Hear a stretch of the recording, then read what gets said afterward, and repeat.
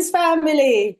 We are live. Welcome, welcome to the Sista Shanice Show platform. It's always such a pleasure to be able to present to you alongside my wonderful, wonderful guests each and every Ujamma day. Welcome. So today is Wednesday, the 16th of October. And as you know, every Ujamma day at this time, 8 p.m. UK time, we go live. As you can see, I've got Sister Win in the house. Yes, Greetings, Sister Win. How are you? I'm doing extremely well. Looking forward to tonight's show to learn a lot. Oh, we're looking forward to tonight's show as well. Rise up, Sister Katasta. Katasta. I should have asked behind the scene how to pronounce your name properly. My apologies. Please introduce yourself to our audience. Greetings, my sister. Give thanks. Yeah, I'm Katasta Fahkara. I know I'm also known as Kindaki McConnell. But yeah, give thanks. Good to be here. And yeah, looking forward to the evening as well.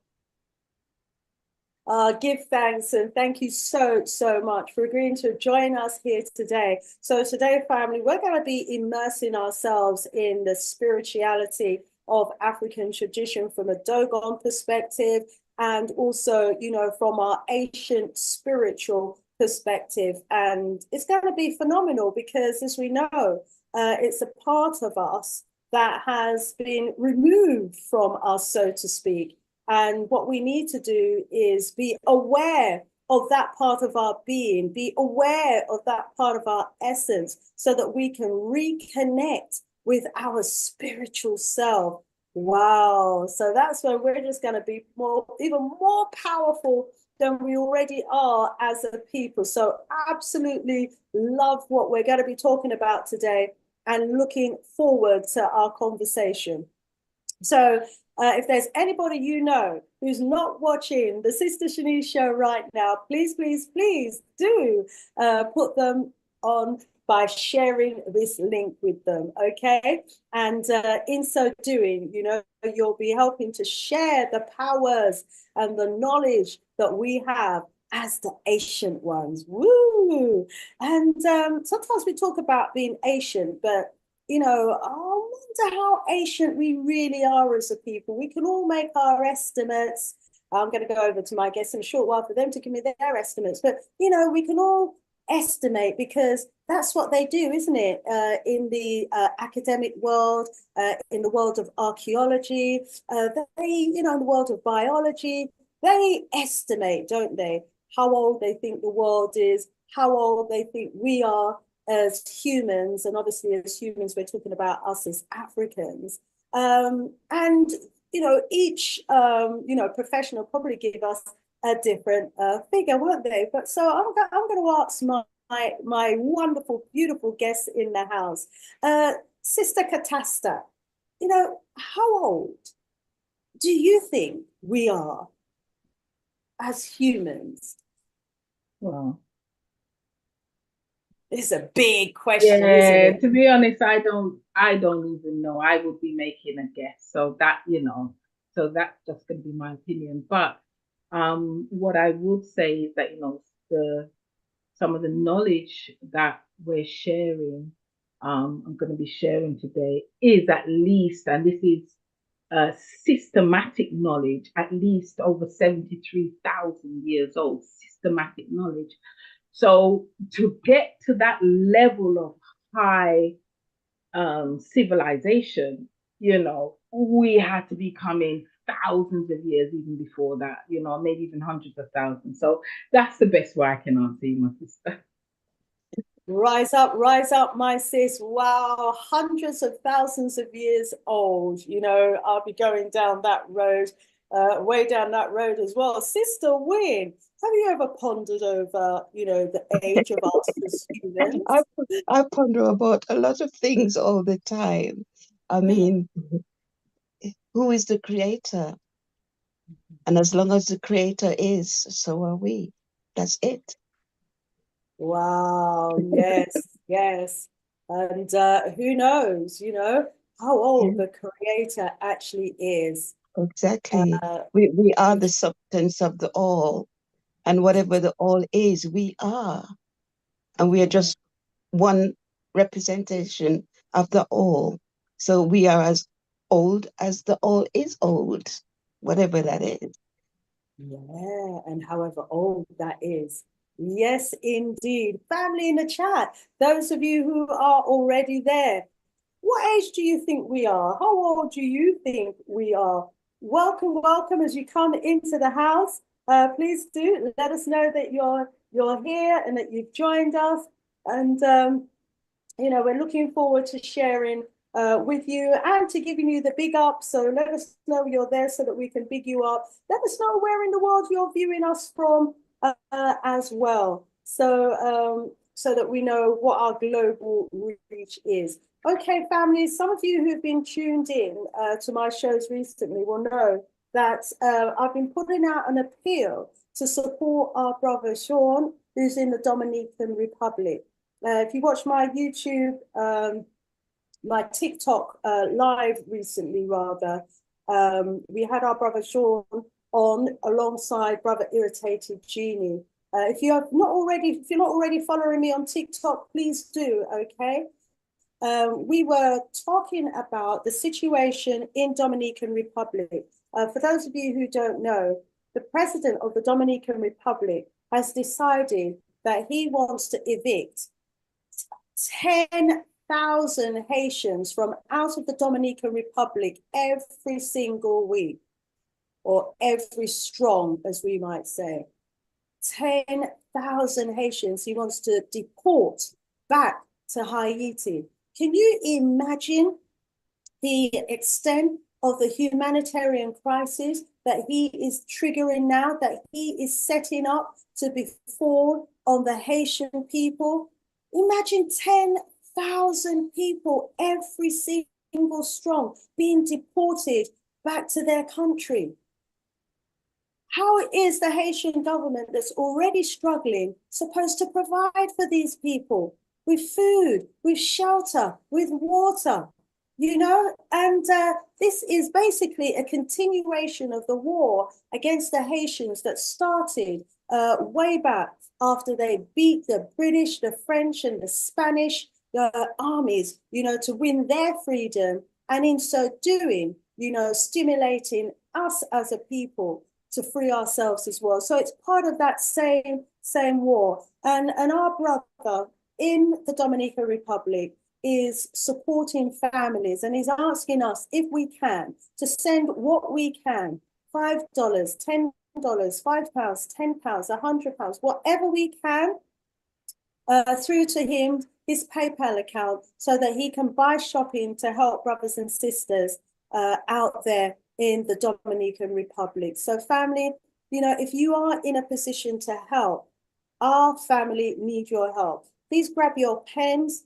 Please make a note of this email address so that you can send something via PayPal. So his email address is LOELOIUS89 importexport@gmail.com. So he can receive funds via PayPal via that email address. So that's LOE89 ELOIUS89 importexport@gmail.com. Okay, please do support.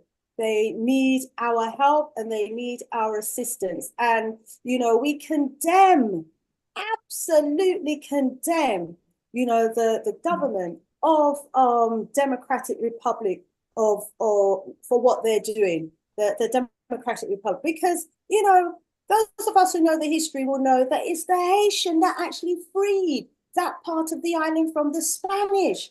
It was the Haitians that they got their freedom from. And this is the thanks that they get. Let me have my guest just comment on that for a moment. Sister Wynne, I mean... I have to laugh because I can see what's going on. If you take, for instance, what's going on with the young soldier there in the French regions, part of Africa, It's only retaliation. Mm-hmm. You know, he's attacking the French rule in that part of Africa. Why not go back to the people who whipped them soundly and sent them to bed all those that 100 years ago? It's just retaliation. But I don't, because we have not allowed ourselves to stay focused and true to ourselves, these things happen. And I don't want to go any further because I get very emotional when I hear of and speak about the things that are happening to us, which should not be happening, especially at this time when we should have been fully awake, fully united, and be able to defend ourselves. And I leave it at that. Rise up, Sister Win. Rise up indeed. We should be fully awakened as a people, and we should be able to protect ourselves. And you agree that this is a continuation of the war against Haiti because they whooped the French. And the French are angry right now with not just Haiti, but also, yes, the other countries that they had formerly colonized that are now, moving towards their own independence. We hear what you say on that, Sister Win. Sister Katasta, were you aware of what was happening in Dominican Republic, or even if you weren't, what are your comments?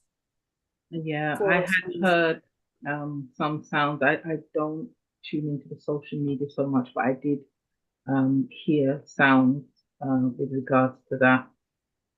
Like yourselves,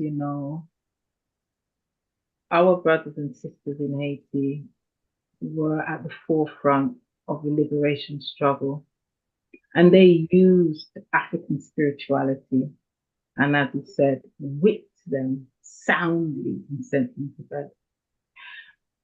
But in the tradition, we have a deity called Set, and we have a next concept called Bent. And Bent represents evil, and evil doesn't give up. It never stops. And so for evil, for that to be held back, we have to all make that stand. There has to come a time, and Marcus Garvey spoke about it. You see, when your back is against the wall, and it's not just our Haitian brothers and sisters whose back is against the wall. We might be sitting here now and thinking, well, we're okay, we're sitting here, but we're not, because humanity itself is under attack. So, when we used to trod far right, and it's just the reality, them say, blood are gonna run. You understand?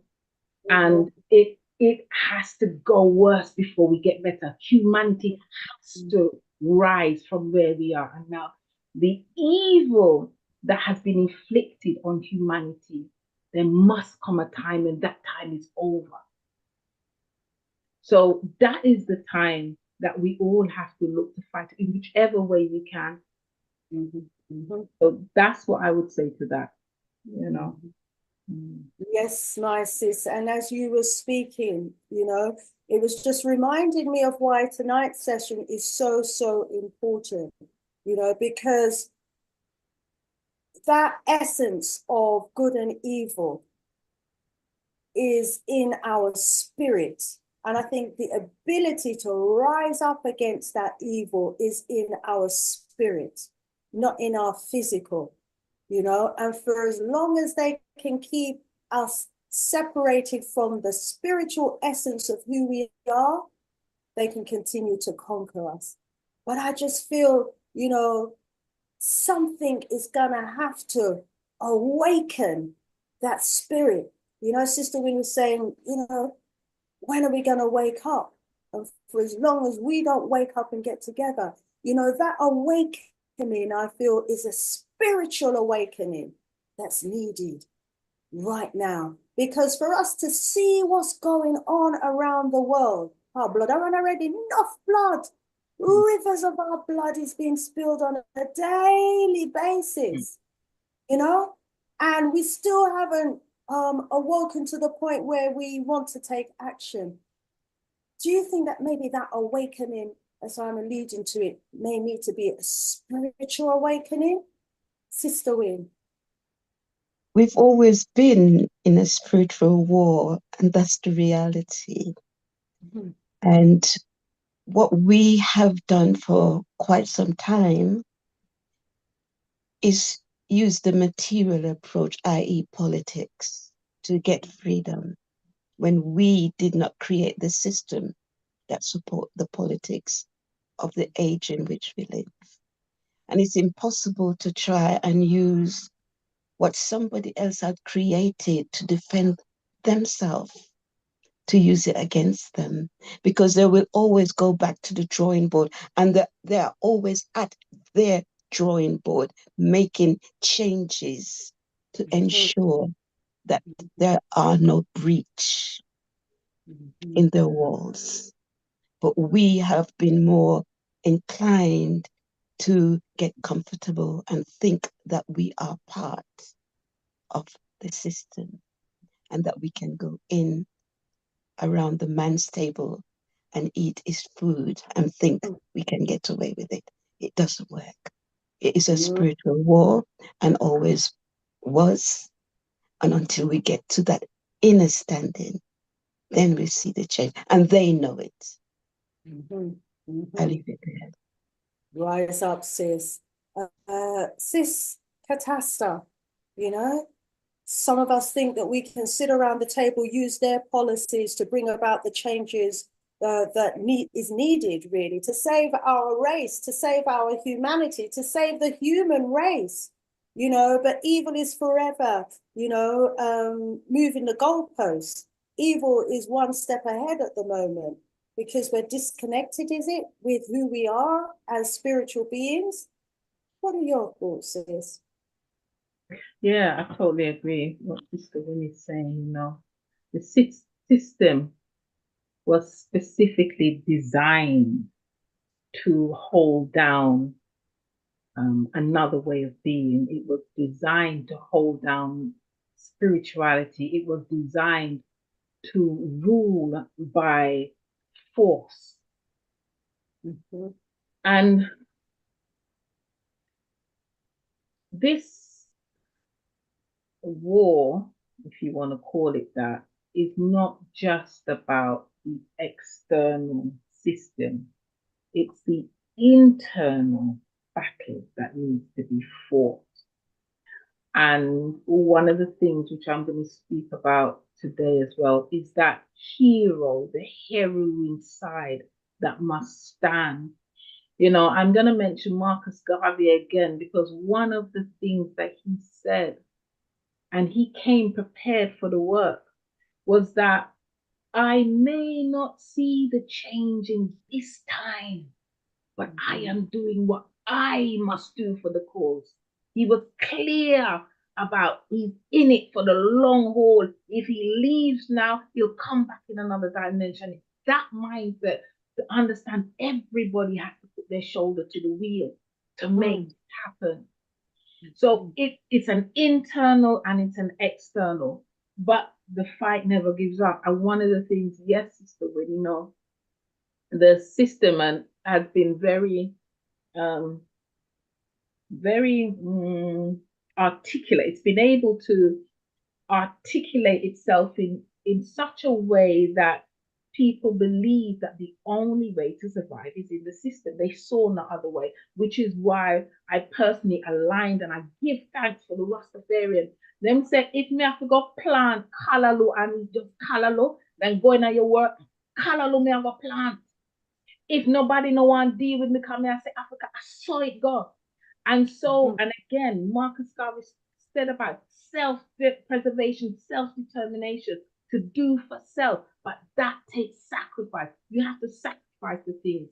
of Babylon. You have to sacrifice the nice car. You have to sacrifice those things and stand in your dignity. And it's only when you can stand in that place that you really are going to have the power to deal with what you've got to deal with. You can't have it both ways. You can't have the system on one hand and think you're going to have something. It can't work. It has to go one to hold it.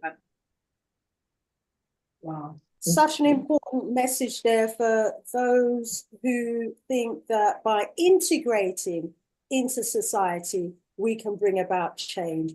But I think it was Malcolm X said that, you know, it'd be like integrating into a burning house. I know Martin Luther King realized that very shortly before he was taken out, but that is the reality of the situation.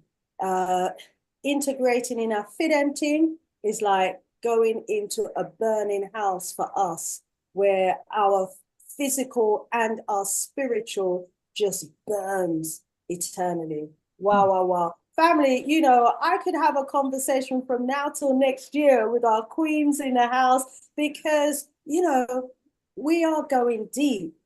You know, we're going beyond the flesh, beneath the flesh, to that spiritual essence that is within us, around us, you know, and everywhere, that connects, that spirit that can connect us together wherever we are in the world.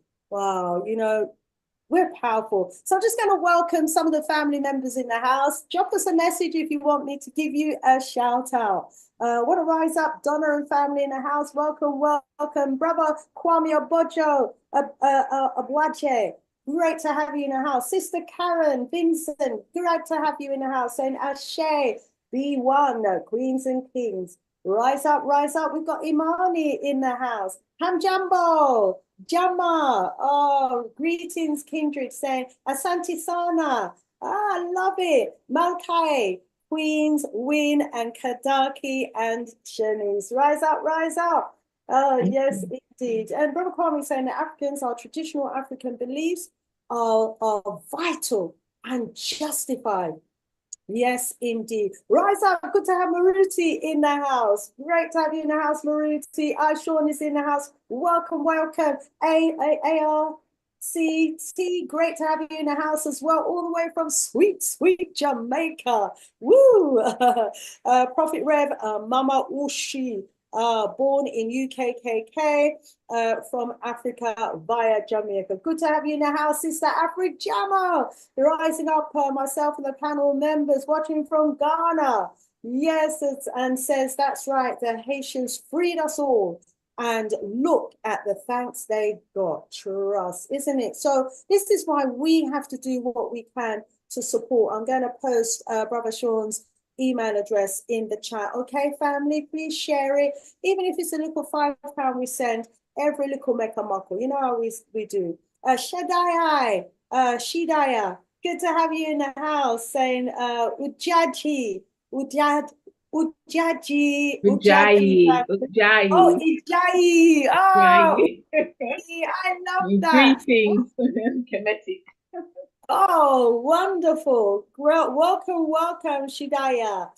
We've got Imani Nasser in the house. Oh, please put the Dominican Republic appeal email in the chat. Yes, I will do. And welcome, Stephen. Good to have you in the house. Loretta, welcome, saying Hotep family, Lickshot Palm Babylon, African people is a global superpower. Time we rise. Give thanks to Sister Shanice for always providing us with info. Revolution needs to happen. Rise up, Loretta. Absolutely agree with that. Lickshot Palm Babylon. Indeed. Bruno's in the house. Welcome, Bruno. Greeting the queens in the house. Oh, Kwame Oboje, always a pleasure to have you in the house, posting and commenting as well. So family, remember, please do give us a like as well. Each and every one of you that's in the house, just give us a thumbs up, give us a like. It doesn't cost you, but, you know, it really just let us know that you are appreciating loving us here today. So both of my guests have got presentations for you today. I'm really excited and interested to know what the presentations, you know, for us to get into the content of the show today. So let's go over to our beloved Katasta for the first presentation of today's show. Our sister is a graduate of the Dogon teachings, and we've already heard that the Dogon teachings is at least 70,000 years old, at least. And for that teaching to reach that level 70,000 years ago, we know that it's built on the foundation of teaching that goes back probably hundreds of thousands of years.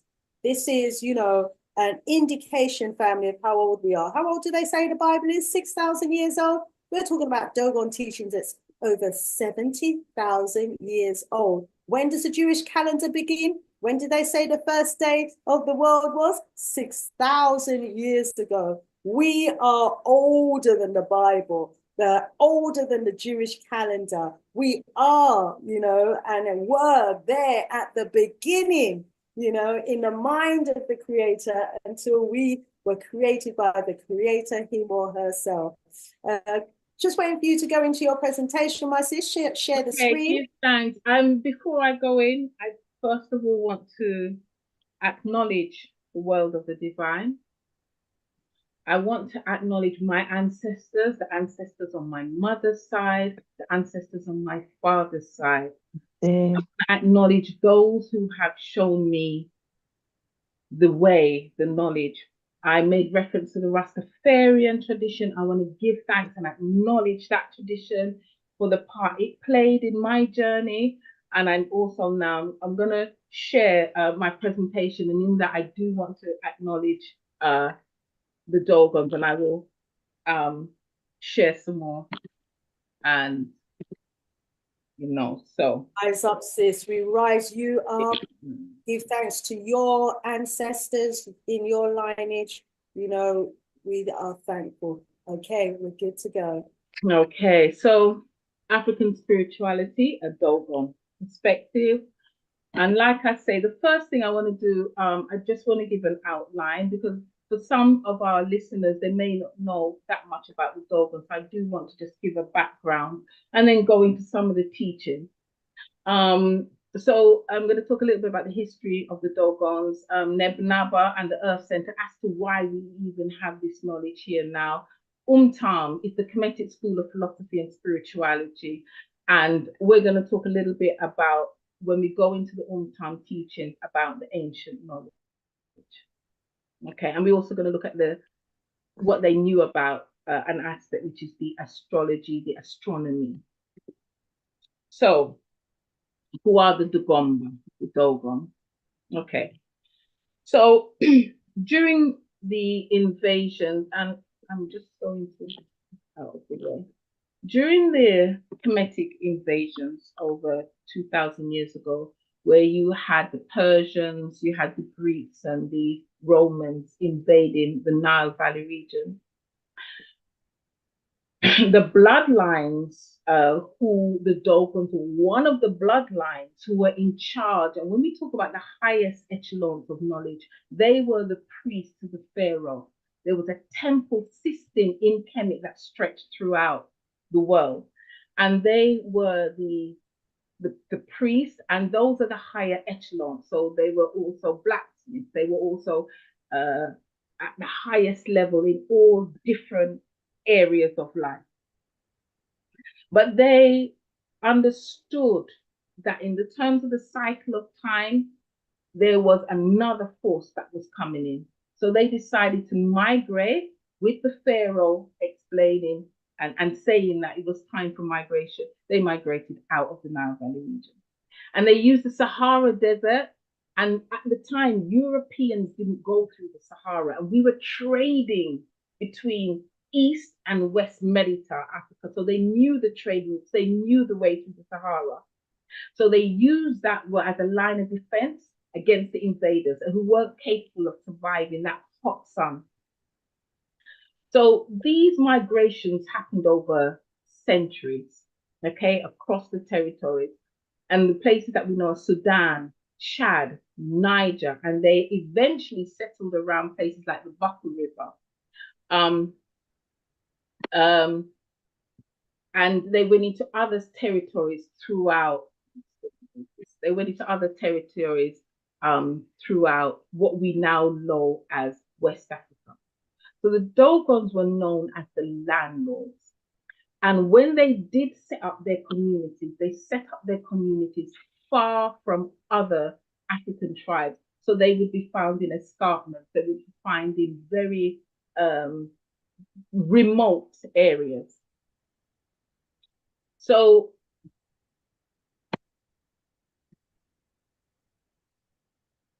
Europeans encountered them. In 1931, two French anthropologists found the Dogons in Mali along the Bandiagara escarpment, and they realized there was something that these people had and started a 30-year relationship with them. And they did 4 years in-depth study with them.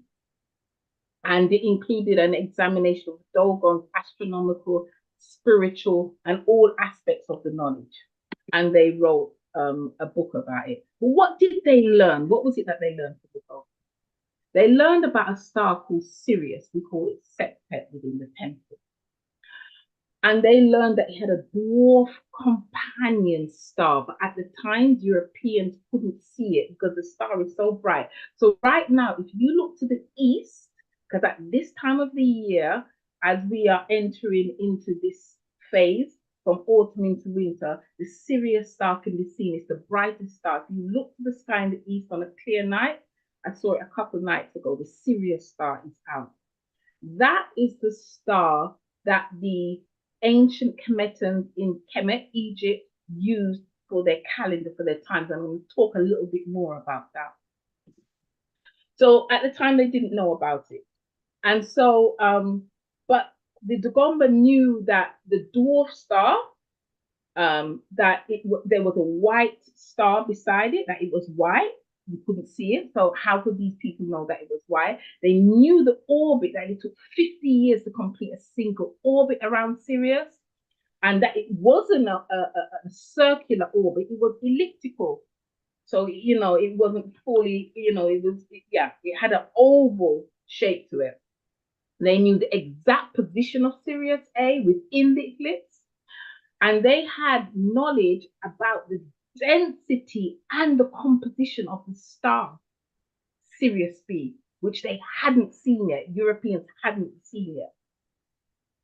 They told them that it was the heaviest star in the nearby vicinity, and it had an extraordinary gravitational force. They had profound knowledge of our own galaxy, the Milky Way, and our solar system. They knew that the planets revolved around the sun, and they knew that the Earth was spherical, is spinning, and that the Earth spun on its own axis. Now, they also call them the Hogons. They drew a halo around the planet Saturn, which you can't see with the naked eyes. They knew the precise location of Jupiter and that it had 4 moons. They knew our Milky Way was spiral shaped, a fact that not even the astronomers knew until this century. So this was in 1931. This remote, primitive Dogon tribe were able to tell them this information, which they didn't find out until many years later. They had to prove it many years later. So these were the people who they came across. But they were under the impression that the Dogomba people were in Mali alone. But if you think about migration, at the time when the migrations were happening over 2,000 years ago, the boundaries that have been put in by Europeans wasn't there. So what people naturally, and these migrations were over hundreds of years. So people naturally go, how people naturally migrate is that they'll come to an area and they settle beside a river, or they may settle at the edge between a forest and an open space. It's natural boundaries that they use. So because of that, they actually, the Dogomba people were spread across Mali, Ghana, Togo, Burkina Faso, Benin, Southwest Niger, but they had only found those in Mali. And so they said, oh, these people are found in this region, which clearly as a people, they would have been spread across the region, but because of the boundary, in their thinking, it was just Mali. So they have the Dogomba people speak the Gurumanchi, they speak Gur and Gur and Tem. They're Tem people, they speak Temba now. And this is going to become apparent more when we go into the presentation. 60% of the Gurumanchi people's words are Medu, or as you know, as hieroglyphs. They still have the ancient hieroglyphs, which Western Egyptologists say is a dead language.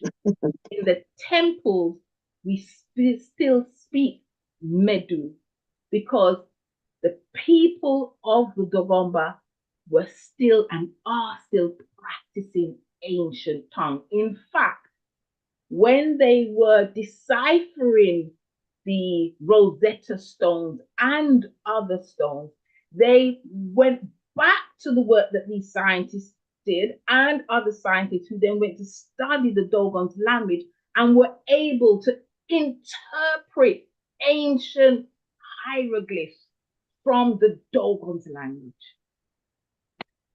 So let's talk a little bit about the Earth Center. So the Earth Center is a non-profit organization which was dedicated or is dedicated to preserve and promote humanity's ancestral culture in order to sustain health and well-being. Neb Naba Lamusa Modern Denibe set up the Earth Center. Neb Naba is a high priest of the Dogomba people. As a child, he was exceptional in the area of spirituality. As he grew, he spoke, I think, over 13 or 15 different languages. He was highly educated. He was a political activist. He actually, at the time when Thomas Sankara was in, so I should say as well, Neb Naba, his parentage is Burkina Faso, his father, and Togo, his mother. So at the time when Sankara was in Burkina Faso, Neb Naba was an activist. In fact, he and Thomas Sankara used to play in a band as children. When the government would have any public events, there was always a chair left empty for Neb Naba. So he was a high priest of extraordinary level, and he traversed the earth. Now, he so it's about him excelling and working with Thomas Sankara. He was a revolutionary, and he started a cultural preservation because there was the political, but he as a priest understood the importance of the spiritual side. And so he started an organization called Kepra, which means the Earth Center. And it was to protect the traditional culture. And of course, we had people like Kwame Nkrumah and other leaders who were doing the same thing, protecting the culture, the cultural revolution.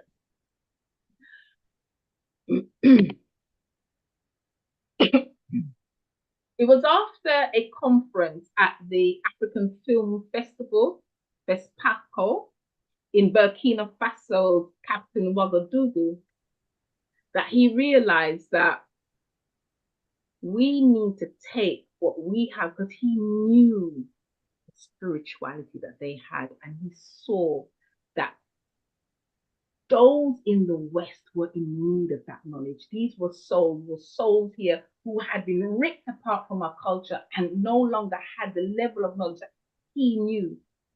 So he was a high priest in the mystery system.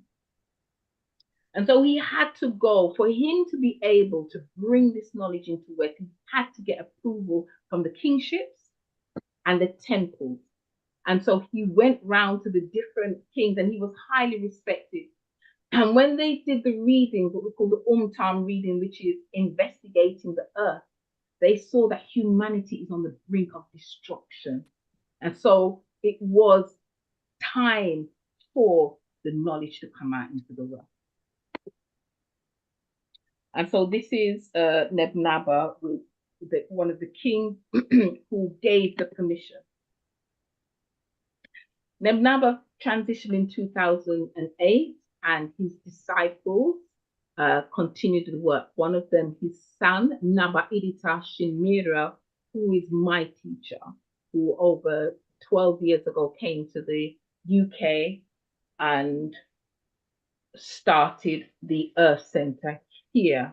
So again, we acknowledge our teachers. So this is an acknowledgement of those who went before us and the knowledge that I'm going to share. And I'm just going to share a few aspects of the knowledge. So there are various sister components to the Earth Center, what Katasta does. So we have Katasta, natural healing. We have Iri, which deals with, let me go back to Katasta. So for those who know, I am a medical herbalist, a holistic consultant, and that's what I've done for many years. So the herbal side is a personal love of mine, but not just herbal, the spiritual side with the herbs and the other spiritual dimensions around healing. Katasta deals with that side. Then we have the projects or the Iri, Indigenous Renaissance, where we have pilgrimage going back to Burkina Faso and Togo. Next year is the 30th year of Mbandaka coming into the West. There's going to be a big celebration there for him. But we also have temples that we rebuild. There's indigenous communities keeping indigenous agriculture, seed banks, you know, children, helping them, schools and so forth. So that's Iri part. And then there's Firefly Productions, which we have our own production unit within the Earth Center. So we have several arms, but the one I'm going to speak with now is the School of Kemetic Philosophy and Spirituality, the ones that everyone knew as the mystery system. So it is a division of the Earth Center, and is the oldest initiatic science and offers the most ancient knowledge humans have produced. It is the entirety of the often cited mystery school. So in order to fit the modern lifestyle, Mbandaka structured the mystery teachings in a particular way. So after being given the permission, he then had to make it fit the Western paradigm, but still bring the knowledge. Because in the traditions, if you think about it, if someone wanted to come and learn, you had the bush, and then maybe they would go and work in the bush, and they would come to the house. And then, you know, we have children going through, maybe even adults going through initiation, but it's different in the bush. So we have to adapt the knowledge to the West.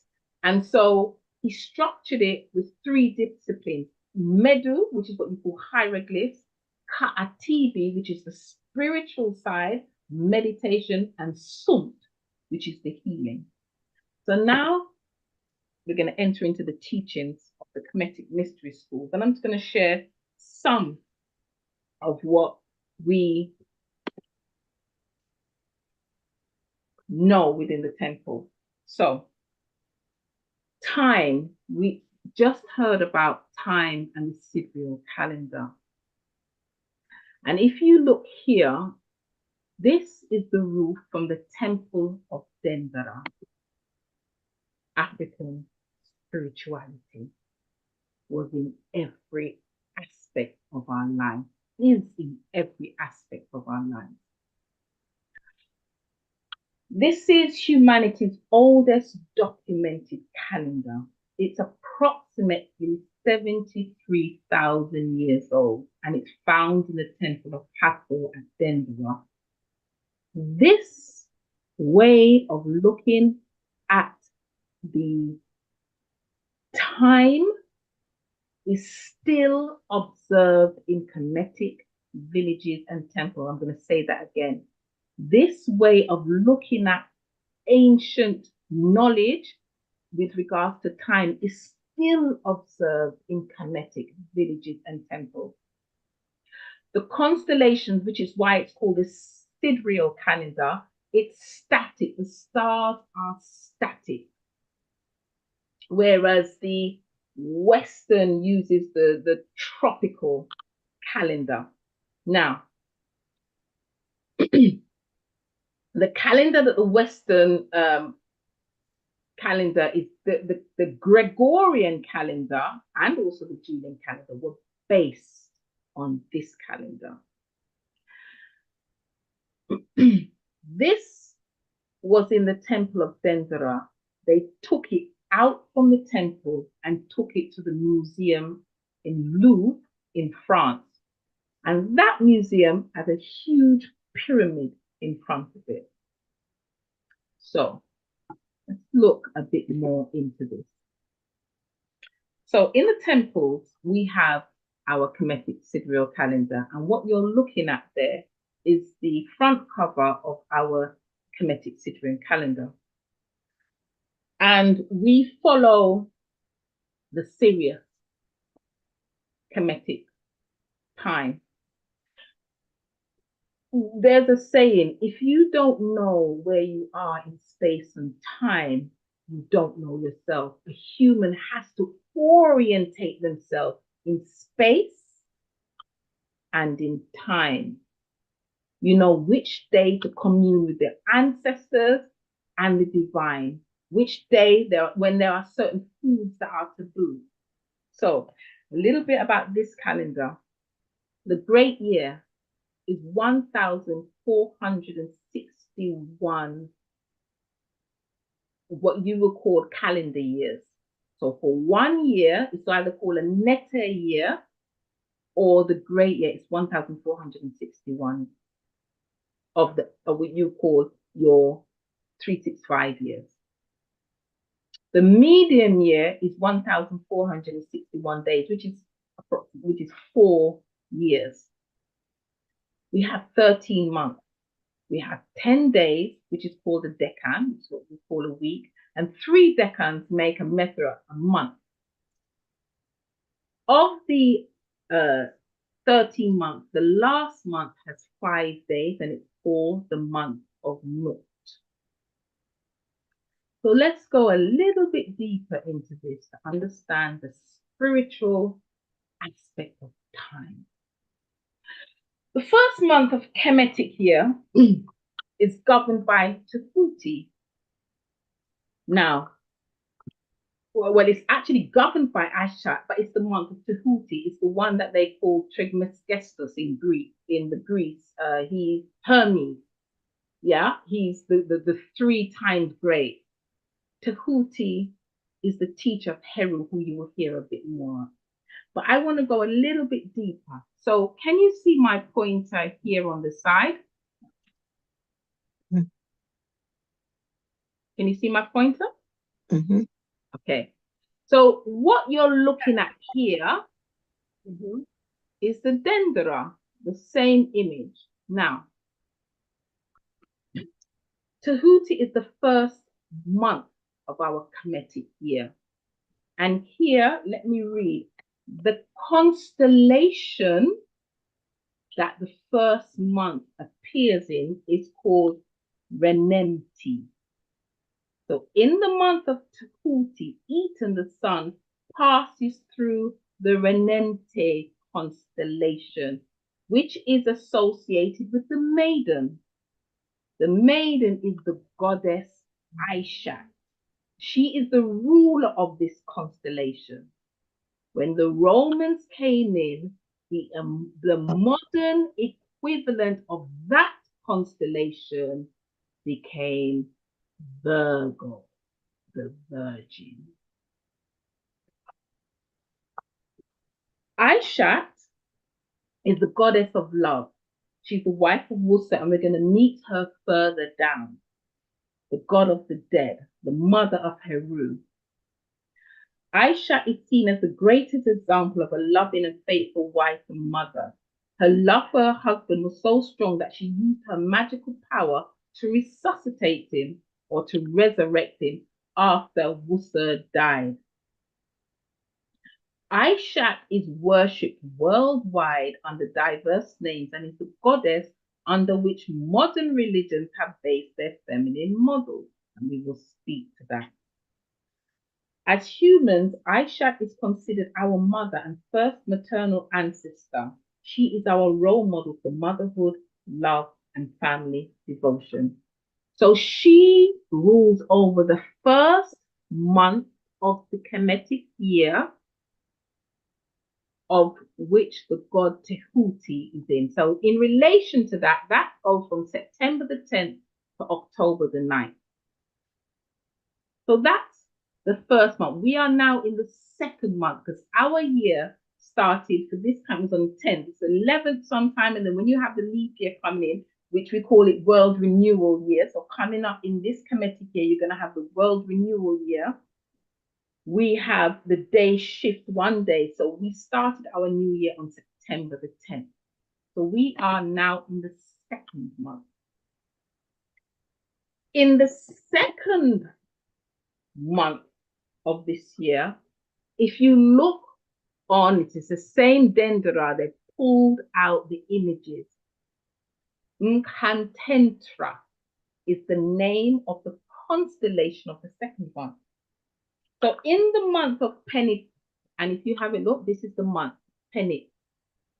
In that month, the constellation of Maktentra provides the backdrop for the Eton, the sun, because the sun is there. Now, according to the original map of the sky, Dendera, this constellation was represented by the scales. It's a part of a group of constellations known as Jat, or the judgment between Heru and Seth. We're going to meet them later on. This judgment or balancing of opposing forces represents the ruling principles of the universe. The Romans repackaged this original version, renaming the constellation Libra. And here we have the constellation renamed as Libra. So again, we have Penit. Ma'at, who represents the balance, is the deity who governs this constellation, this month. And here you have the 10 days. On the 4th of every day is our ancestral holy day. So that's the day when we give offerings to the ancestors and so forth. And on the 9th day, it's the divine holy day. So every decan, or you call it a week, but it's 10 days. On the 4th day is our ancestral holy day. And on the 9th day is the divine holy day, which is where they get the name holiday from our holy day. Okay, so what I want you to do now is to look again at the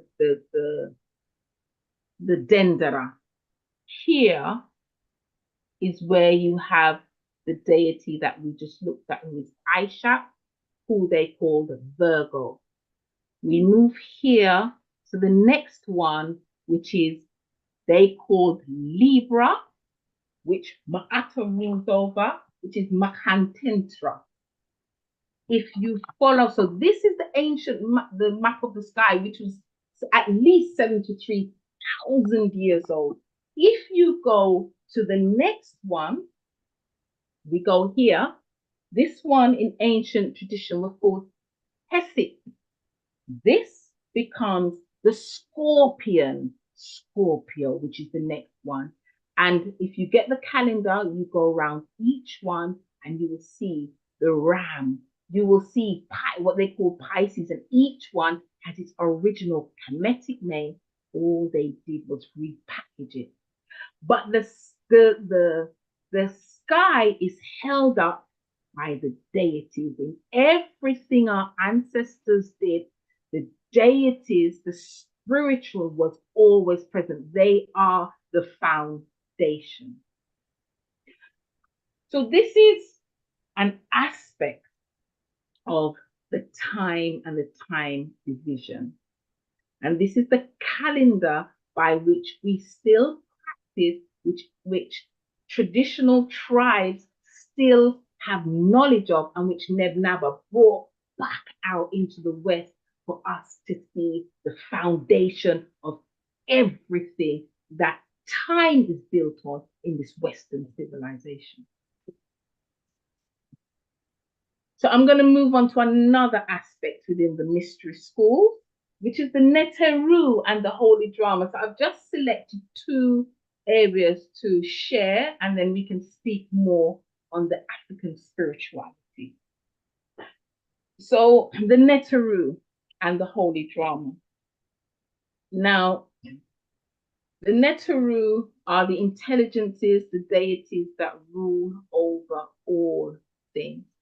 And here we have the picture of the soul who has transitioned into the afterlife, who is now going to have their heart weighed, which many people know about this situation. And here we have the heart, the id, and the feather. And here we have again the scales, ma'ata, being represented in the hall of judgment, in the space. And so she is there representing the balance.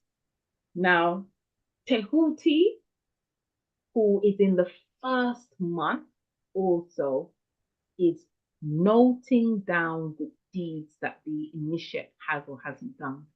Another thing that Neb Naba brought back into the traditions or into the West for us to know of was the 77. So many people know the 42, they call it the laws of Ma'at, where it was found in a temple that, or was found in someone's tomb, these 42 laws, and it said, I have not done this, and I have not done that, and I have not done this. It was actually taken from 77. It's a greater code of human behavior, which is what we call it. And that comes from a more ancient story from where Tahuti presents it to humanity from the world of the gods, because our ancestors wanted to know, how do we walk the road of the divine? What do we do to become like you? We want to become like you. And so you will find any spiritual or religious system has a code, a set of codes. So from this 77 came the 42, from the 42 came the 10. But you have to have the steps to take you towards the world of the divine. And so Tehuti is weighing the heart and taking down to see whether this person is ready to. And this scroll is actually much longer. So here sits Wusa, and we'll talk the one they call Osiris. And behind him would have been Aishat and Nepsis. And if you pass this, then you would go into the Imentet, which is the world of the dead, which Wusa rules over. We'll talk a little bit more about that. So we have the deities. Now, one of the things in terms of our ancestors, they understood that, look, this universe has so many dimensions, it's so complex that it would require several intelligences to govern, but they work on one accord. An example, we all have a physical body, but the body is made up of several intelligences. The eye is an intelligence. The nervous system is an intelligence that works with, it's a system within itself. The respiratory system, the cardiovascular system, they are individual systems, but they work together to make the body the one. These are all built on principles, and the universe is built on the same principles. We as humans are built on those universal principles. Our ancestors understood this. So I'm going to go a bit more into the holy drama. So let's talk about, there's a month called the month of Nut. And on that last day, which is 5 days, the deity Nut gives birth to 5 children. Now she is caught coupling with Geb, the god of the earth. And the great god Ra decides that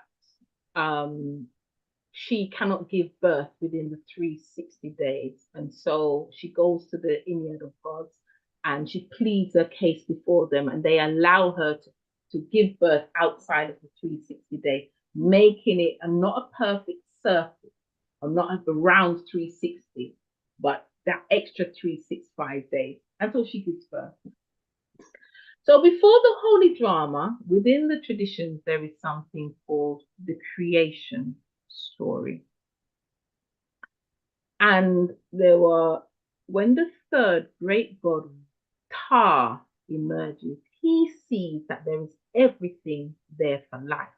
And so he creates life. He creates the trees, the rivers, all of those things. And then he creates the first two divine couples, Wusa and Aisha, who the Greeks called Osiris and Isis, and Nephthys and Seth. Seth becomes who we know as Satan. He becomes the Satan of the Christian religion. So Wusa and Isis will go on to have Heru. So Wusa is killed by his brother Seth. But Isis, being the goddess of magic, being the devoted one, uses her power to piece after Seth chops Wusa's body in 14 pieces to bring it back together. But there's one piece that isn't there, and that's the phallus that has fallen into the river Happy, or they call it the River Nile, and has been eaten by the catfish, which is why today Kens still do not eat catfish, because of what happened around the deity Wusa, they call Osiris. And so Aisha turns into a bird, uses her wings, and breathes life into Wusa, shapes a penis, a phallus, and conceives the first immaculate conception. And she conceives and gives birth to Heru, who the Greeks called Horus. But he is born premature, he's weak. Heru symbolizes every human being that is born into this world vulnerable and weak and evil, in the form of, for example, his uncle Seth is present and there before him. So they become the mother, father, and child trinity, the government, the first government, which is the family.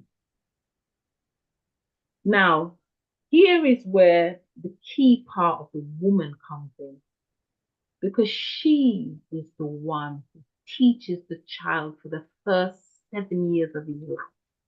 She is the one who imparts wisdom, which is why you would always see Aisha with Horus or Heru. And at 7 years old, he goes before his father, because Wusa says, I'm going back. I am going to create a place which is called the Imentet, which you call the world of the dead. And I am going to rule there. Set cannot enter that space. But first I must speak to my son and find out if he is ready to stand up and deal with what he has to deal with. And so he asks Heru several questions. He asks him about the importance of the obligation of a son to his father. And Heru says to reclaim his father's kingdom and to fight for his name, to wash the insults that have been thrown before you, because Set is now looking to rule, because he alone wants to rule. He says, so when Wusa says to his sons, when you're going to fight your enemy, what animal will you take? And Heru says he will take a horse. And also says, well, won't you take a lion? You know, why won't you take a lion? And he says, well, after the lion has finished killing everyone, who will he turn on next? I don't need anyone to fight my battles. I have the strength. I just need the horse to ride to where I need to go to fight Seth or to fight my battle. And then he says, what is the most important spiritual obligation? The obligation of every human. And he says, to honor my God, my deities, my Nether, and to respect the 77 commandments. Now, we spoke a little bit about Aisha. Now, Aisha, being the goddess of magic, goddess of love, is responsible for imparting knowledge to her son. She is helped by her sisters, Ma'at, Nephthys, Hathor, and her other sisters, Bastet. They help to bring up Heru. So they are giving him divine teaching. So he is ready to face the world. That is the importance of the mother. She suckles him not just through the breast, but through the wisdom teachings that she passes on to her children before he gets to the next stage. So Heru is the godchild, which we identify the moral and spiritual aspect that the human needs to defend his father, his mother's honor. He struggled for the survival, the struggle for the survival for the best in humans is as old as the world itself.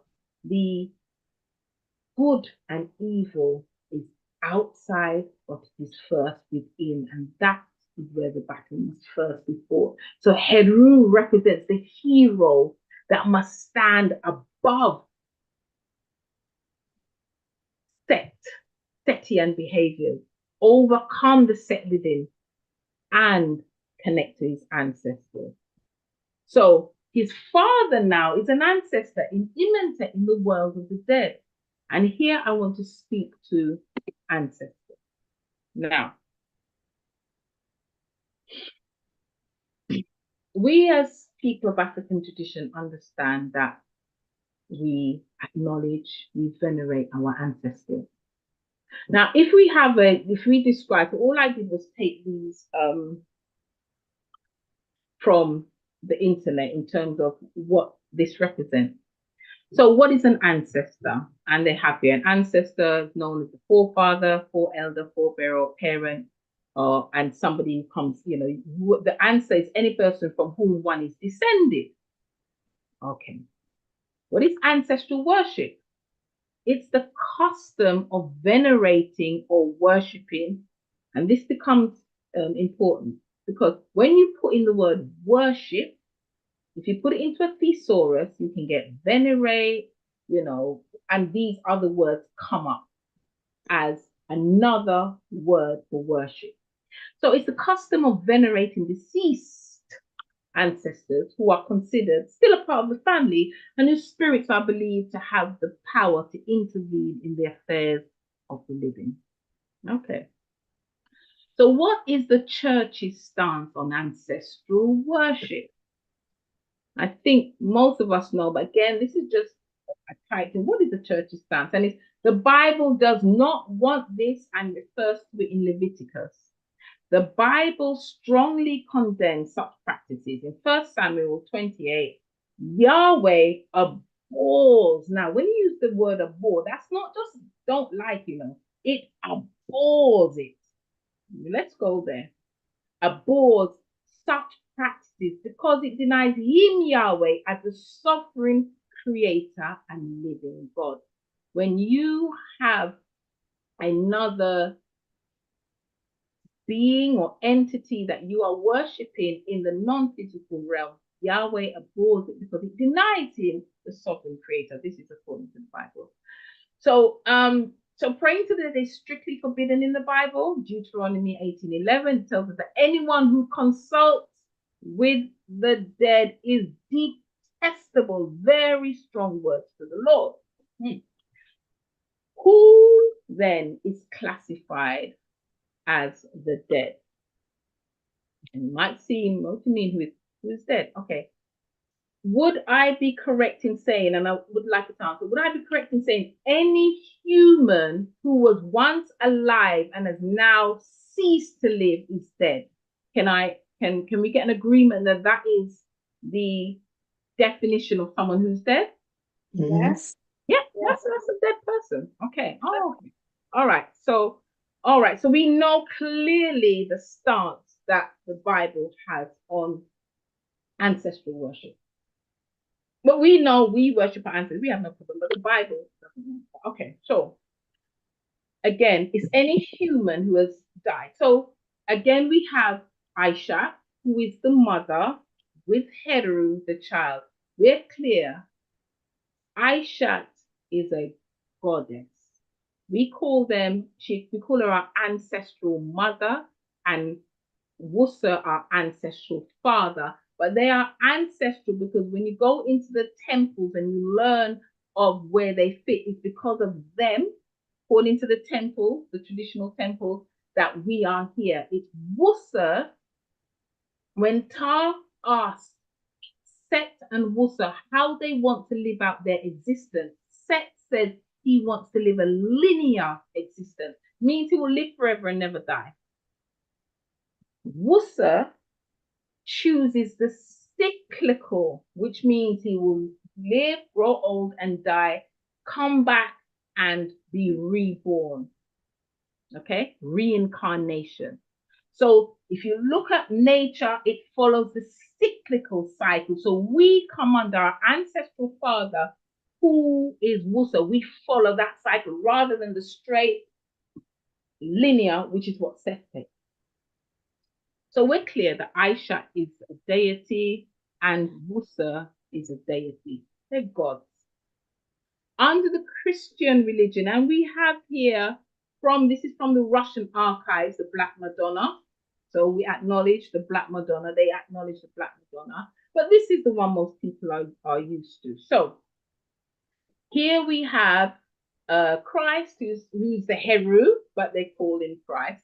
So we have Christ, who is, because his mother conceived from God, and we're going with the Christian, narrative. He is, if not a demigod, a full god, but at least a demigod. But so he's a demigod. He's a god. His mother, was she human or is she a god? This is a goddess. We're clear about that because we've said from the beginning, Aisha is a goddess. No to it. Was Mary born of a human mother and father? Yes. Yes. Did Mary die? Yes. Is Mary worshipped? Yes. But hold on a minute. Oh, what? Let's go back here. Hold on, because we can't. Hold on, no, because we have to get the clarity. The Bible strongly condemns this practice, and it's because it denies him, the sovereign creator and living God. Praying to the dead is strictly forbidden in the Bible. So who was dead again? Any human who was once alive. Okay, all right. So, all right, we're gonna go with she's Jesus's mother. All right, we're gonna go with that narrative. She was human and she is worshipped all over the world, a dead woman. But let's go. Okay, so we're going to say, but she's the mother of Jesus, although she's human. All right, let's go with that. But let's go a step further then. In the Catholic Church, there are over 10,000 saints are venerated. Yep. This is where it stops. Where the veil that they have put over people's eyes, because they give it a different name, These are prayer cards. Now, does anybody know what Saint Christopher? Anybody heard of Saint Christopher? Saint Christopher is the one that they pray to when they're going traveling. If they're traveling, Saint Christopher, who was a man, is the saint that is prayed to. They go into the ancestral, the world of the dead, and take the energy of this person. So they have prayer cards, which are interesting. So I just took this off the internet. We're talking about African spirituality being misrepresented, so our own people no longer practice these powerful traditions, which they do right in front of your eyes and just simply call it another name. These are all dead people. Let's not confuse this. Okay. So they use these prayer cards as a tangible connection to the divine, offering comfort, spiritual guidance, and a sense of closeness to the holy figures depicted on them. And even if they want to say these people are in heaven, our people are in the ancestral vegetables. You have no place to tell me who can ascend. In fact, we know that some of the saints were murderers, were robbers, and changed their lives around and did good things. So that's good. We want any human to do that. But if my grandmother, who I know don't kill anybody, who I know was good to people, she doesn't have those stains on her history. So when the universe looks at my grandmother and that person, which one of them is cleaner in the eyes of the universe? Let me continue. Powerful. So we honor our ancestors because we know the power in call upon our ancestors, as do others who do it right in front of our face, but put the veils over our eyes by calling it by another name. We honor our ancestors.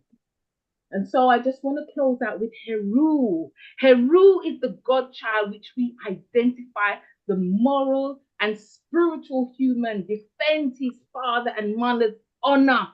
We struggle for the survival, for the best in humans. And it's as old as the world. It says we overcome Seth within so we can overcome the Seth without. So the battle between good and evil forces has its episodes. The struggle for the survival of the best in humans is old as the word itself. It has been represented by the antagonistic struggle involving a jealous god Seth, the ancestor of Satan, known under the name of Seth, and the godchild to which we identify the moral and spiritual human. His name is Heru. Seth has turned a human being into an orphan. Seth has killed the father of the human being. How many of our fathers and mothers have been killed? The God that guarantees human qualities. The God of the redemption of human beings has joined his throne in the world of the dead. Because Wusa rules in the world of the dead. It is a power zone. His son, whom we identify ourselves with, finds himself with a heavy responsibility of re-establishing the name of his father. He is the son that has been conceived posthumously. He is a child born from the union between the goddess of love, Aishat, and a dead god, Wusa. He is the prematurely born child, born after a few months after his conception. The godchild to which we identify ourselves finds himself having to fight Satan, a god that has been malicious enough to fool his father and rush his death. Seth has lost many battles, but today humanity is in danger in which it's never been before. Seth has driven his sword in the right eye of Heru. Seth has turned Heru, Horus, into a one-eyed god. Forces of evil have gained some advantage over good. Heru is finding himself seriously handicapped because he knows that there is no place safe from the forces of evil where he can hide. He knows that his survival and the survival of the whole of humanity depends on the defeat of the evil forces and the victory of Harusian philosophy over Satan. But Set has no face. He can adopt any face. He can even adopt the face of creator gods, the gods of love, even the gods of good. The destiny of the world has been prophesied 73,000 years ago. All the temples have their versions of the holy drama, and it is the imitation of that drama that gave birth to modern comedies and theatres. Just by looking at the world, we can easily see the tendency to destroy the earth and humankind, which is nothing but the actions of Set. We also can see some tendency to preserve the earth and humankind through some non-governmental organizations. What is missing is the faith of the God-child in us, the one that is fighting against the evil that is getting into humanity. Religions have reduced the human being into a sort of spiritual and philosophical passivity. We are all aware of the destruction we are bringing to the world, but Seth is controlling our vices. When we look at the pollution of this world, we prefer to see how industrialization has made life easy for us. The truth is we are drowning in the vices, and we cannot save the world from disaster by drowning in vices. Heru has lost one eye. The vice has conquered human beings. The vice has used the religious doorway since the day Moses announced that he was freeing mankind by reducing the divine commandments from 77 to 10. The doorway to the vice has been kept open since the day some prophets announced that the redemption of the human being depended more on their faith and belief than anything else. Horus still continues his fight for the victory of the good. But what are we doing to help the survival of humanity? Words of Nebnaba Lamusa and Morin Benibeg. So I'm going to close by saying African spirituality has been preserved to assist humanity on their spiritual elevation and their journey towards the world of the divine. Give thanks. We give thanks to you too, Sister Brilliant. Katasta. What a phenomenal presentation. And, you know, so much discussion has been going on in the chat. Yes, indeed, Thomas.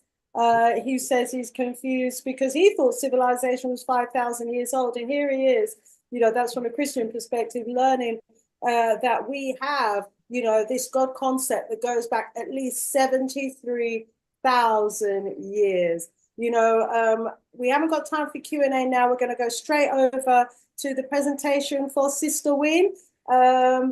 Sister Wynne, you know. As for me and my house, I could have sat here for another hour and listened to our sister. I know. Because she has literally done my presentation. What can I say?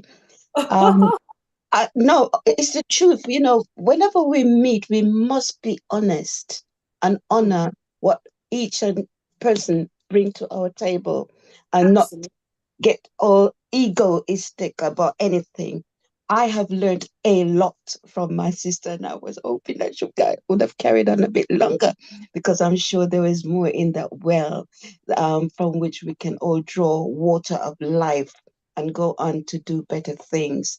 And I'm just appreciative of her presence, and I really and truly salute her chi, her ancestors, and yours as well, Sister Shanice, and to the audience that have just feasted.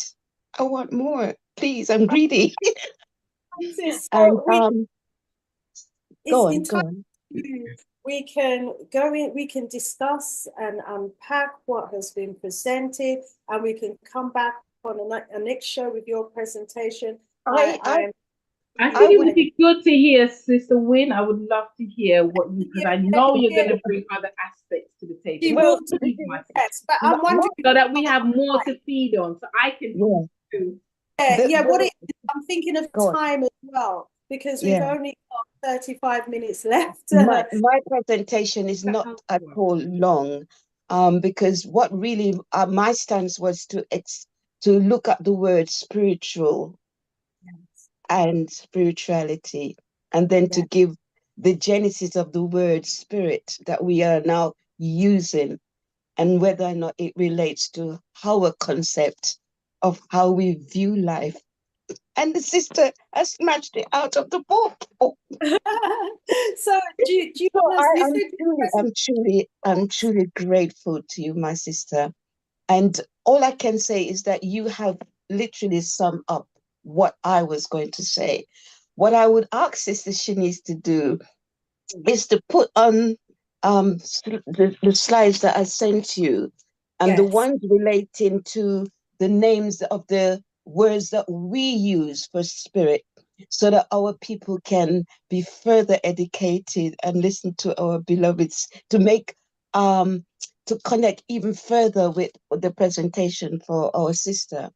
And yeah, my view about the word spirituality, and when we use the term African, and I'm glad that the sister did not put on a presentation to say this is the whole of what the people on the continent of Africa practice and believe, because we are many people with many different outlook on life itself, and the way we approach different aspect of our being, and so on, based on our communities. So we all have different different approaches to venerating deities, and the different deities that are venerated. Some venerate the animal kingdom, some venerate the rivers, the oceans, and so on and so forth.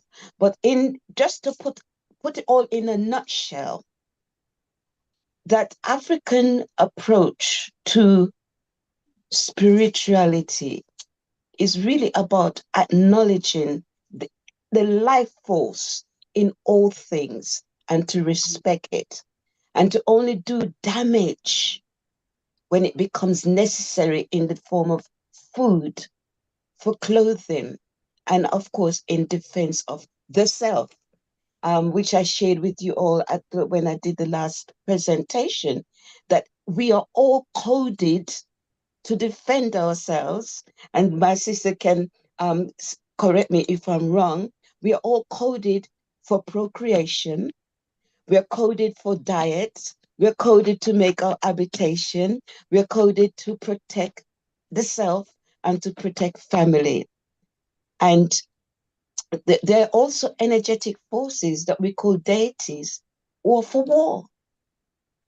Don't play about it.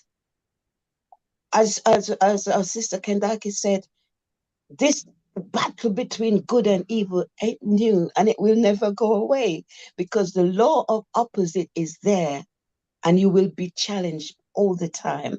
But the victory comes when the masses become aware of who they are and the energies they carry, and how to use those energetic forces for the right purposes. We people who are called Africans today have among us persons who are gifted to tap into the spirit realms yeah. and Can do you things. can you see the screen, Sister Win? I've got your Yes, first slide up. If you okay. want to run So through, I'm yeah. looking at the origin of the word spirit, and it begins with the Proto-European, Indo-European word for spirit. Then you got the Latin version, the Greek word for spirit. And if you go to slide 2, you will see the Latin word for spirit. And all of them basically are talking about breath, breathing, something that is animated. So when we come back into the African realm, it is also dealing about the life force in all things, exactly as our sister presented to us. The life, the life force within us to be who the divine want us to be. Some are warriors, some are herbalists like our sister, some are teachers, some are dancers, some are artists, those who can paint, those who can make sculptures. The Creator is experiencing itself through us on a daily basis. So that was the first two slides, was to give the origin of the word spirit that we're using, because sometimes we use words and don't really quite understand the root of it, why it came about and what it really represents. So that's the purpose of those two slides. Then slide 3 is showing the words that we Africans, some African groups use for spirit. And I didn't set out to do a presentation like this, but when I look at the words, the names, and I think, now if I keep saying these names, I may not be able to pronounce them, for one thing, and for people to see and get to be able to write them down. So that's the purpose of that, so that we can all together see the names of some of these words that we use for spirit and the meaning behind them. So the European might say its spirit means this, but we might have a much wider context towards that. So that's the reason for slides 3 and 4. So if you could go on to the next slide for me, please. Yeah. Yes. And I was fascinated by these when I came across them. I thought some of them are going to become my words that I'll be using, because we're now confronted with a situation in Haiti, and we need to know the energies that we can use. Are you understanding what I'm saying? Yes. Yeah. Yes, sis. So can you leave that? Uh-huh. Can you leave that for a little bit so that people can write them down, and those who are those who know how to use the word sound to do whatever, it's there. Do you understand what I'm trying to say? Absolutely. Powerful. So we leave that there for a little bit. And just to say to our family, to encourage us, despite what's going on, we are not without our own animation. We have our own tools, but is to know what those tools are and how to use them. Sister Kendaki has already given us the blueprint to follow after Marcus Garvey. It now requires the will. And I'm giving you some of the words that can be used to defend ourselves. And I'm hoping that they've been able to take down these names. And if you can move to the next slide, please. Okay.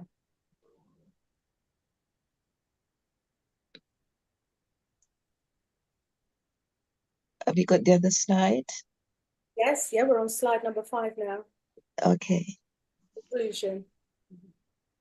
Okay. So the conclusion is this: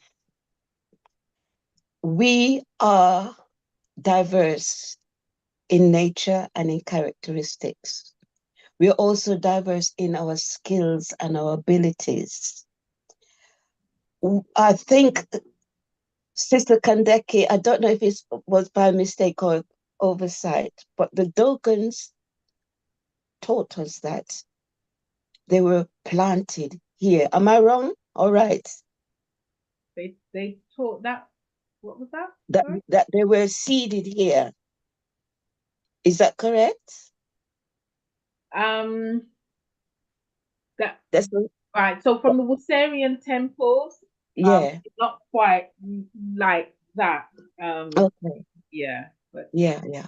Okay, so we did not come into this world empty, did we? Did we not come equipped, Yeah. fully fledged to defend ourselves? Do you see where we're going here tonight? So I think tonight is the ancestors' night to let us know, don't quiver. We've got your back. Through our beloved sister, they've given us the tools. And my contribution is to give you some names. The rest is up to us, how we use it. It is all about the will. There's a song called The Eye of the Tiger. It is the will to survive that we need right here, right now. Not arguing, not competing with each other, but the reality that we need each other. And to survive, as much of us as possible need to be focused and be on the same track. And that track is survival. It is not make-believe when I say our presence on this planet, in this dimension, is under threat. And we cannot put our heads under a pillar and say, it is not so. It will get better. It will only get better when we are prepared to do what we are supposed to do, and do it with singleness of heart, with devotion, and by any means necessary, doing only when it becomes necessary to do harm. It is about survival. The others are fighting too for their survival. But if truth be known, if all of humanity had followed the code of peaceful coexistence on this planet, we wouldn't be here right now. Somebody broke that contract at some point in the journey of human existence and let through a force that is something else. But as we say, challenges will come. But how are we going to face those challenges? Are we going to run away and look for solace in other things? Right now, we're chasing fame and money. And I'm not saying that money is bad, it isn't. But what are our priorities? You may have a healthy bank account, lots of investment portfolios, but what are the guarantee about your existence that one of your seed will inherit or benefit from what you have amassed? That's our reality. The people, the Haitians in Dominica, did they not have businesses? Are they not now being forced out of those businesses? Things are happening to wake us up, for us to really evaluate our priorities. And I'm in constant argument with persons when they say, well, I am this tribe, and we don't care what happens to the other tribe. Well, if tribe A don't care about tribe B, and the enemies come and devastate tribe B, who else is in line for that invasion? Do you understand what I'm trying to say, people? It's not just about your little territory. These people have a strategy. It's called the wagon wheel. And the wagon wheel is around us at the moment. What are we going to do?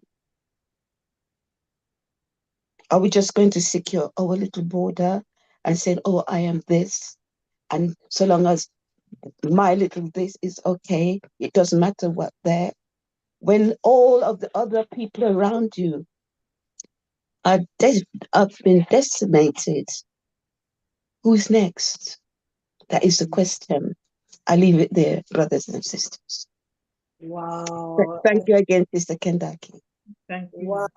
Sister Win, Sister Kendaki, Katasta, oh my gosh, you know, two awesome presentations there, you know, and both were deep. I mean, for me, Katasta, your presentation of the Dogon spiritual system that goes back 73,000 years. I don't think anyone who's watched that presentation can come away, you know, with any illusions now as to where the modern Western world got their Christian concepts from.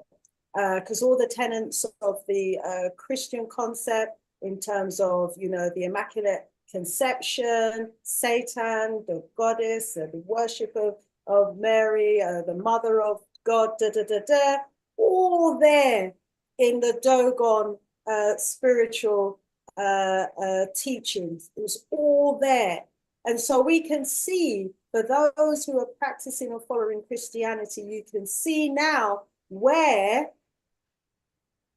the modern Western world got Christianity from the Africans. Wow. And then, you know, Sister Wynne, with your presentation, albeit brief, but direct, you know, all those, you've let us know the names of those spirits that we can call on. You've picked up from Sister Kendaki's Catholic cards, where these people have created cards so that their people can focus their energy on calling on certain saints that represent certain spirits. And you, Sister Wynne, from your research, you've given us the names of our African spirits that we can call on.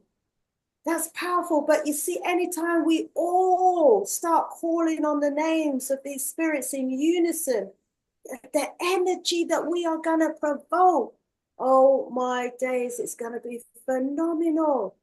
You know, I'm not going to hog up the time. I could do, because I'm just marveling in all of what I've learned today. So many notes, so much. But let's go to the audience, shall we? And bring in our audience. But first of all, actually, let me thank both of you so much for opening up these doors to wisdom, to opening up these doors now for us that require us to go in and do more research. You know, we should all come away from here with a great sense of pride in knowing, well, for those of us and those of you listening and watching who value, who live your life by the Christian faith, how much more now should you feel a sense of pride to know that the Christian faith that you worship was just basically a rehash of our African system, one of our African belief systems, because as Sister Wynne has shown us, you know, there across Africa, you know, there are different deities by different names and different but similar belief systems. And we give recognition to all of those different belief systems. The Yoruba with their, you know, and their orishas, yes. You know, we are, and to all the others out there, there are many. The essence, though, is pretty much the same. So you can see, family, these people try to tell us that we're 6,000 years old. They try not to date anything. They try not to date the pyramids or any of the artifacts or anything that they find older than 6,000 years old, because they don't want us to know the truth of how old we really are. But Sister Kendaki, Katasta, when you showed us, for example, the sky wheel, how long do you think our people would have had to study the stars before they could have created that star wheel, which represents, you know, thousands of years of celestial activity? Tens of thousands of years before they could get to the accuracy of that. Right. Yeah. The stellar system is something like 26,000 years for one cycle. How many cycles would you have had to have studied before you could document and plot that cycle? You know? Wow. And then, you know, Sister Wynne, the power in those names. You know, I'm wondering though, if we start calling them name and evoke them spirit, what happen? Yeah, they go rub me, don't rub me, house, forgot, they go what? They better be ready before we start calling them name there. What's up? Drop me on me. Anyway, let's go to the chat, shall we? Wow. I'm going to go from the bottom up. London, Miss 234, glad to have you in your house. She said the Chinese have ancestor worship just like Africa. Of course, because the original Chinese were Africans. The first people of China were indeed Africans. And we were the first everywhere in the world, and we were the ones who laid the foundations for civilization and spiritual belief system everywhere in the world that we went. Let's see. And it's a public holiday. Mm-hmm. It's a public holiday. Right. What's a public holiday? The Chinese, they've got a set apart day in each year, and it's a public holiday, and they will go to the shrines of their ancestors, clean it, blah blah blah, cook food, put on it, blah blah blah. Yeah, and they don't play. It's a public holiday. That sounds like, you know, the tradition of some of our ancients as well, because, you know, if you go to some of the burial places which were sacred and where they've dug them up, they found that these sacred places was actually used to bring food, to bring offerings, to bring, you know, different possessions to acknowledge as offerings to the spirits of our ancestors. Yes, indeed. Kwame Boje, rise up as always. He says these demons have been bamboozling from the beginning of time. Indeed. Rise up, Blue Zodiac. Good to have you in the house. Let's get some comments. Let me see if I can find any questions. Kwame, fueled, these thieves have no remorse at all. So, you know, the realization or just, you know, acknowledging the fact that affiliating them thief, that's going on all the way through. So someone's asked, so the Holy Ghost is just an illusion? I wonder if each of you can probably comment on the Wally Doppy, the Wally Gorsa, the Wally, you know. Maybe Sister Wynn, can you comment please on the Holy Ghost? Let me go to your page in the presentation. The Holy Voodoo, the Spirit. A spirit is a spirit. It depends on what you put to it, how you seek to regard that spirit. Is your spirit not holy? Do you understand? What does holy mean? All spirits are holy, are they not? Yeah. So if we say our spirit is holy, holy us, wholesome, where the Doppy spirit then come from? Is that Seth in the Katasta's what is it called, holy drama? Or if my understanding about the cosmos is to go by, at the end of the day, when all's said and done, and when the chips are placed on the table, everything comes from that source. The all, the one who brought light out of itself to see itself. Everything comes from that source. It doesn't matter what the dimension or why the galaxies may be, everything comes from that source. Good, bad, occupy the same space. Light and dark occupy the same space. You just turn off one, you turn on the other. Same space. Right. Sister Katasta, there's a question here from Sister Haisif who said, can you tell us the other months and their associated Western version, e.g. Mahat and Tahuti, Virgo, Mahat's second month, Libra? I think they probably need to do a course where if people wanted more information about the linkages and associations between, you know, the original and the copy, is there a place of study? Yes. So can I just share my screen again so that they can see an event that we've got coming up? Sure, yes, go ahead. So So yeah, so here is, you can take, if you've got a phone, do take this, do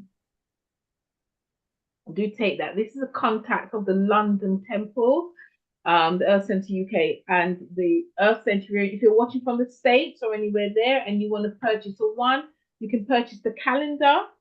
And we have several other things that you can, purchase if you want to know more. We've got an inquiries email. You can contact us. We've got Facebook, which has just been set up, but we've got a meter and there's a telephone number. Now, with regards to those of you who want to know more, we have an event on the 26th of October. The spaces are limited, but it's a day with the Dogons. And on that day, it's from 12 till 7 p.m. It's just £10. It's a Black History Month special. And it's going to be in North London on the 26th of October, 2024. It's a Saturday. And on that day, it's been hosted by the Sickle Cell Cause, because we work with people in the community as well. So the Sickle Cell Cause is going to be hosting that. And we're going to be looking at the purpose of initiation. We're going to learn to write. You're going to learn to read and write your name in hieroglyphs or medu. We're going to talk a bit more about the traditional concepts of healing. We're going to talk about the code of human behavior, which is the 77. We're going to talk about Katibi, divine feminine. We're going to do another intro into the Kemetic calendar. So there will be the calendar, and you can get more in-depth information from initiates there. So if you want to spend the day with Dogan initiates, getting a taste of the ancient knowledge left by our ancestors, which made them and the traditions great, you need to be at this Day with the Dogons on the 26th of October, 12 p.m. to 7 p.m. And we also have, for those souls who are ready, the doors of initiation are open. It opens once a year. In the next 2 weeks, it will close back. So those of you, and what you can do, you can go into these classes that we spoke about for 2 weeks without paying, free, and then sit in and see what the knowledge is about. And then if you want to continue, then the payments come in, and then you become an initiate. You go into the initiatic knowledge, what I have learned. So I appreciate love Sister Win, saying, the knowledge that I shared, but I made sure I acknowledged my ancestors, I acknowledged my grandmother, those who taught me, the wisdom of the woman who taught me, the Rastafarian tradition who taught me, Pan-Africanism who taught me, and the Dogons, Neb Naba, my teacher, Naba Idita Shimiria. This is knowledge that has been left by our ancestors, which anyone can access. And it's for those souls who are ready to go deep and know more about the knowledge. This day is for you. Okay? And again, if those of you didn't get a chance to see the contact details, there they are. Just take a picture of it. And then just contact us and we're there. Thank you, Sister Shanice, for giving me that opportunity. We can't hear you, Sister Shanice. You're on mute. Yeah, just take myself off. Yeah, Sister Win, since we've dropped out, hopefully she'll come straight back in a second or two. Family, you can rewind to get the details off the screen if you wasn't able to screenshot it there and then. Also, just to remind you that I've got my event coming up, the Black History Month, African History Month Weekender. Just to let you know that you can go to www.BHM for Black History Month Weekender .eventbrite.com to get your tickets. So please do get your tickets to join me for that weekender. It's going to be an opportunity for us to immerse ourselves in more knowledge of our history. It's going to be a Zoom event, so you can join me from anywhere in the world. So that's BHM, Black History Month, BHM Weekender .eventbrite, it's .co.uk. Okay, join me for that as well. If you before you continue, I just should have said it is on Eventbrite as well. All you have to do is type in Dogon and it will come up the first thing. So just type in Dogon in Eventbrite and you'll see the details. Sorry about that. Thank you. No problem. And for those of you who are in London, in the UK. There's a great event that's happening this coming Saturday at the Goldsmith University. Okay, I'm actually going to be doing a brief presentation there at the Goldsmith University. It is a book festival, an African book festival expo event. There's going to be authors, writers. We've got some great people off the television from the Black community is going to be there. We've got an entertainer from The Lion King. Those of you who've seen The Lion King in the West End will know how phenomenal those singers are. We've got a singer from The Lion King who's going to be there. Absolutely amazing. You can go to eventbrite.co.uk and just search for African Book Festival Expo 2024 and it will come up.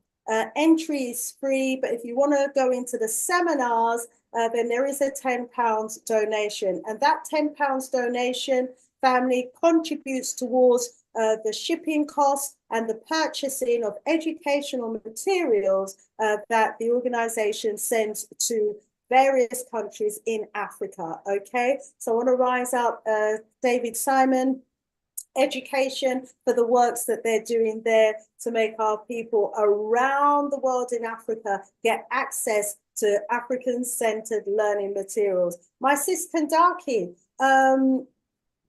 your presentation, the information that you've just presented, is it available as learning materials, say, for African countries around the world? Because, you know, as we know, this Eurocentric education has whitewashed out our history, and they've basically rehashed some of our history, claiming it as their own and presenting it now back to us as if it's our own. Well, we want to, you know, be able to set the whitewashed history and information to one side and to be able to present to our people the evidence of where the origins are of today's modern everything, modern religion, modern industrialization, sciences, engineering, everything, you know. So are your materials available in any sort of way for school? Right. So what I would say, and I'm just gonna maybe quickly share again just so that you can see. We have at the Earth Center, because the information that I gave you there.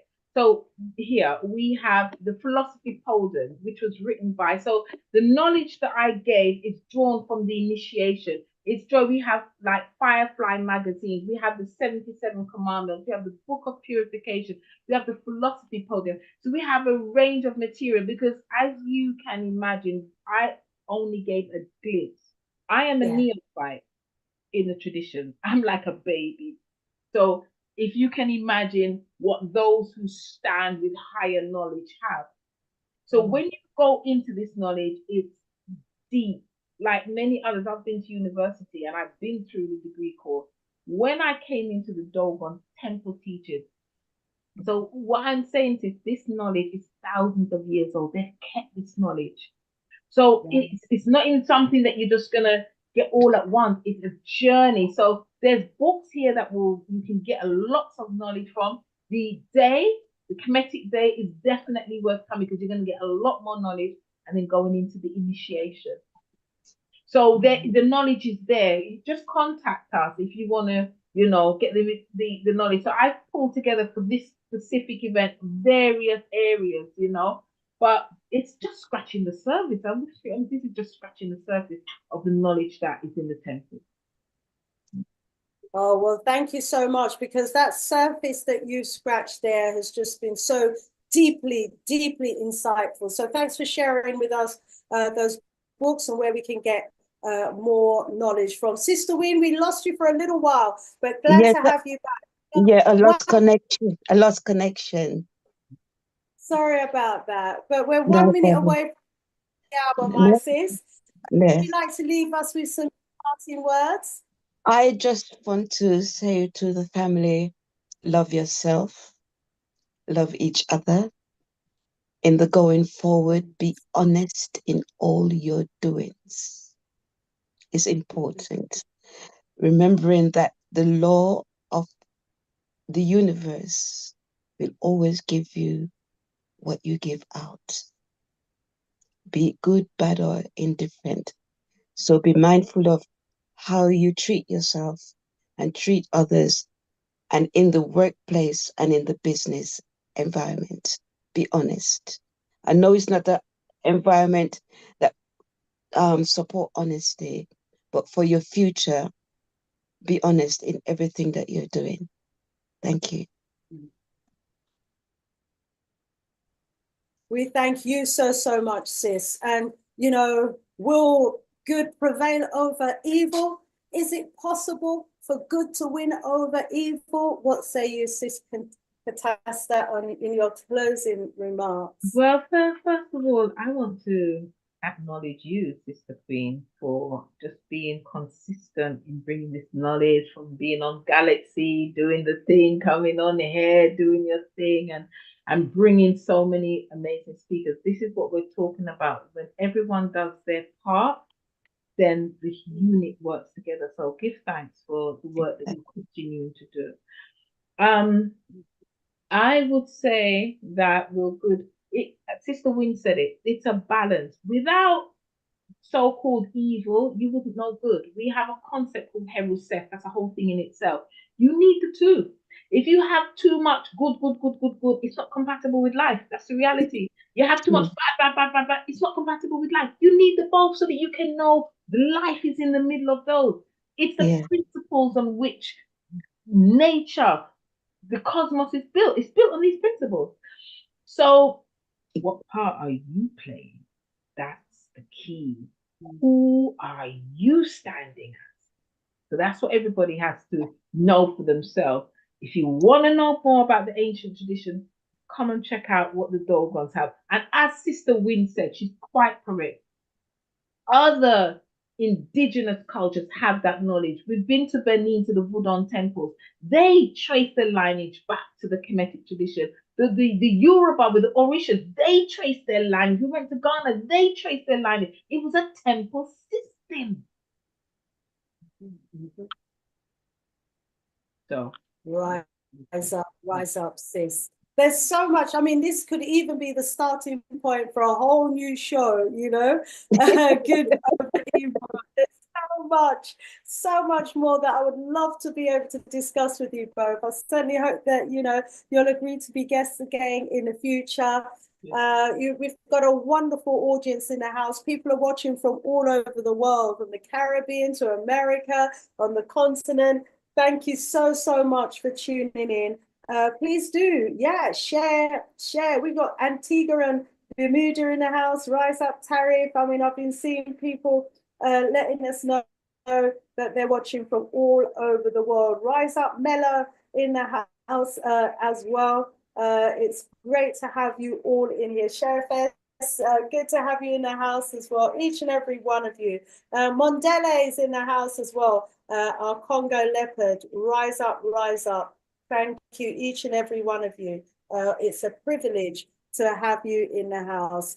Sister Katasta, thank you so much for your wonderful works and for sharing your works with us. We are indeed honored. Sister Wynne, thank you so much for your journey as well, your presentation, your contribution today.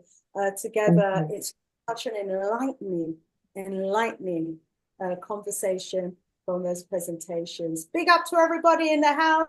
Thank you so much. Sister Shanice, all being well, I'll see some of you on Saturday. If not, hopefully I'll see some of you next Wednesday here again. Or maybe some of you will even join me on my seminars. I'm looking forward to it. Looking forward to that. Blessed love. So, Thanks, Thank you.